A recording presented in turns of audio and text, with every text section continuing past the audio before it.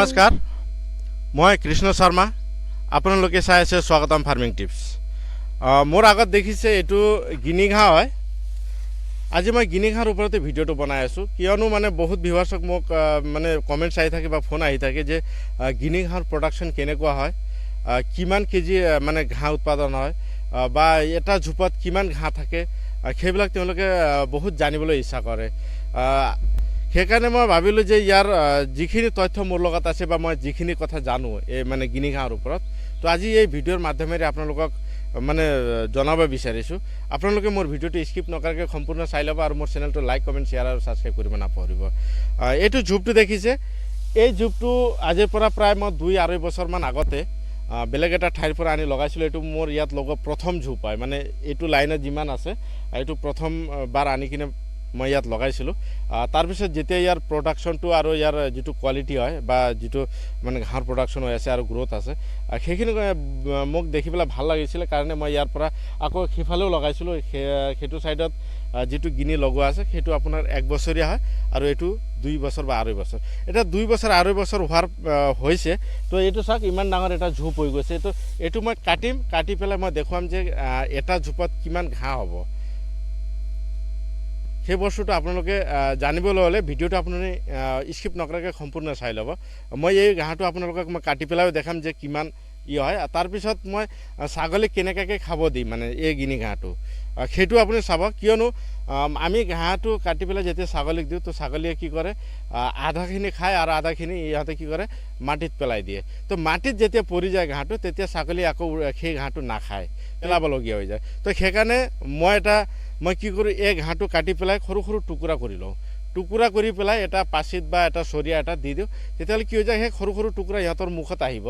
কিয়নো ইহঁতৰ মুখটো যিহেতু সৰু, সেইকাৰণে ইহঁতে কি কৰিব, এটা ঘাঁহ এইটো লৈ ল'ব। লৈ লোৱাৰ পাছত ইহঁতৰ চবাওঁতে যিখিনি মাটিত পৰি যায় সেইটো আকৌ উঠাই পেলাই নাখায়। তো সেইকাৰণে মই ইয়াক সৰু সৰু টুকুৰা কৰি কাটোঁ। কেনেকৈ কাটোঁ মই সেইটো এই ভিডিঅ'তে আজি মই দি দিম, যে দেখুৱাম যে কেনেকৈ মই কাটি কিনে খুৱাম। তো এতিয়া মই প্ৰথমতে এইটো গিনি ঘাঁহটো কাটি কিনে আপোনাক দেখাই আছোঁ যে ইয়াৰ পৰা কিমান প্ৰডাকশ্যনটো পোৱা যায়। এইটো চাইছে, এইটো এটা ঝোপ হয়। তো মই ইয়াক মাটিৰ পৰা একেবাৰে মানে অকণমান সেই ওপৰত কাটি, মানে বেছি নকৰোঁ। এইটো চাক, এইটো মই কাটি আছোঁ। আপুনি যেতিয়া গিনি ঘাঁহটো লগাব, যে মাটিৰ পৰা চাব, খালি 2 ইঞ্চিমান এৰি পেলাই আপোনালোকে কাটি দিব। যদি 2 ইঞ্চি ওপৰৰ পৰা কাটি দিয়ে, তেতিয়াহ'লে ইয়াৰ পৰা আকৌ নতুন যিবিলাক কুঁহি ওলাব, তো মানে বহুত ডাঙৰ হৈ যাব আৰু সিহঁতৰ গ্ৰ'থো বেছি থাকে। যদি আপুনি ওপৰৰ পৰা কাটে তো একো লাভ নাই, এইখিনি বস্তু আকৌ পচি যায়। পচি যোৱাৰ ফলত কি হ'ব, তলৰ পৰা যিকেইটা কুঁহিবিলাক ওলাব, কুঁহিবিলাক কম ওলাব পাৰে। তো সেইকাৰণে আপুনি যিমান পাৰে তো মাটিৰ লগত মিলাই পেলাই কাটিব। তো এইটো মই দেখাই আছোঁ, এইটো চাই থাকিব।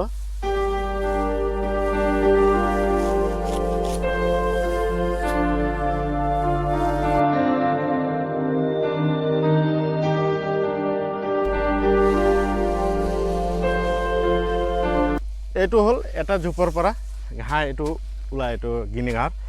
যেতিয়া আপোনাৰ 2 বছৰ হৈ যায়, তো 2 বছৰ হোৱাৰ পাছত এটা ঝোপৰ পৰা ইমানখিনি ঘাঁহ ওলাই যাব। মই এতিয়া যদি ইয়াক ওজন কৰোঁ, তেতিয়াহ'লে 4 কেজি 5 কেজিমান হৈ যাব। তো বেছি হ'ব, কম নহ'ব, 4-5 কেজি মই এটা অনুমান কৰিছোঁ। এইটো চাইছে, এইটো এটা ঝোপৰ হয়। তো আপোনালোকে যদি কনফিউজ হৈ আছে যে এটা ঝোপৰ পৰা প্ৰডাকশ্যন কম হ'ব পাৰে, এনেকুৱা মই এইটো নকওঁ যে ইয়াৰ আৰু নেপিয়াৰৰ প্ৰডাকশ্যন একে থাকে, এইটো ক'ব নোৱাৰোঁ। কাৰণ হ'ল নেপিয়াৰৰ প্ৰডাকশ্যনটো বেছি থাকে আৰু গিনিৰ প্ৰডাকশ্যনটো কম হয় ৱেট হিচাপত। কিন্তু ইয়াৰ এটা ভাল কথা কি আছে মই আপোনাক দেখাই আছোঁ।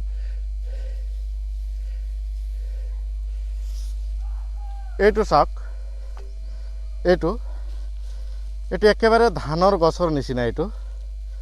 এইবিলাক চাওক, এইটো ধান গছৰ নিচিনা। ইয়াৰ কোনো ধৰণৰ ডাল বা গছ নাথাকে বা নাথাকে। এইটো মানে এইখিনি গোটেইখিনি বস্তু ছাগলীয়ে খুব ধুনীয়াকৈ খাব পাৰে। এইটো চাওক, এই বস্তুটো কাটি খাবলৈ দিয়া হয় ছাগলীক। তো এইটো চাইছে, এই বস্তুটোৱে হয়। তো আপোনালোকে নিশ্চয় গম পাইছে চাগে যে এটা ঝোপত কিমান ঘাঁহৰ প্ৰডাকশ্যন হ'ব। তো মই দেখাই আছোঁ এটা ঝোপ হয়নে নহয়, মই আপোনাক এইটো শিপাটোও দেখাই আছোঁ বলক। এইটো চাওক,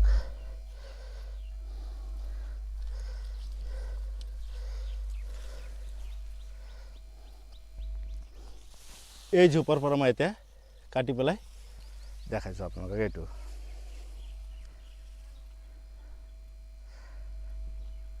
এইটো চাওক, এই গিনি ঘাঁহটো 1 বছৰীয়া হয়। এইটো চাওক, মই দেখাই আছোঁ আপোনাক, এইটো 1 বছৰীয়া গিনি ঘাঁহ হয়।